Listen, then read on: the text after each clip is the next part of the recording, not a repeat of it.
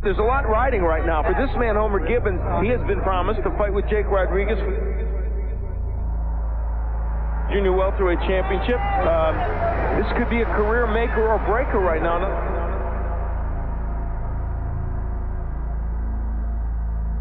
1976, as a 6-year-old kid, I stepped in the ring for the first time.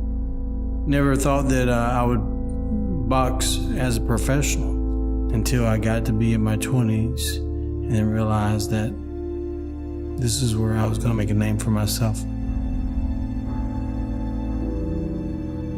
Being on stage or being in the ring, fans cheering your name, it becomes an addiction where you can't walk away.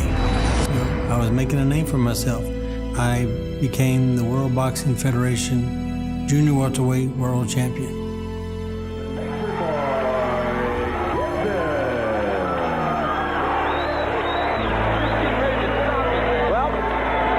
Idea we're going to see these two again. We may well, but whatever. Homer Gibbins burst on the scene here and gave a performance that indicates he's a guy that could be here to stay. Next thing you know, the doctors tell me it's over. And I'm like, it can't be over. I was in the middle of a fight when all of a sudden I lost all feeling in my legs.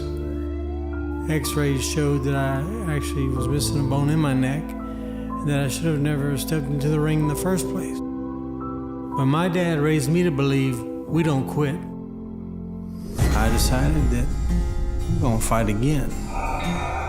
So in 1998, I fought through the pain. I put the gloves back on and fought until 2006 when I had another opportunity to fight for the IBU World Welterweight title.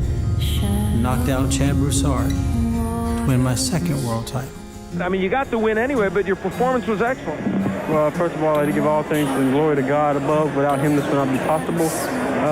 God helped me, I didn't want to stop. Over my 17-year professional career, I saw so many fighters leave the sport broken. Physically, mentally, spiritually broken.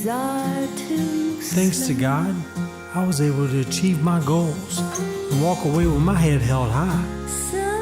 My story is proof that anything is possible. Don't ever give up on your dreams. Understand that you're going to take hits all throughout your life. You're going to get knocked down, but it's only over if you choose it to be over.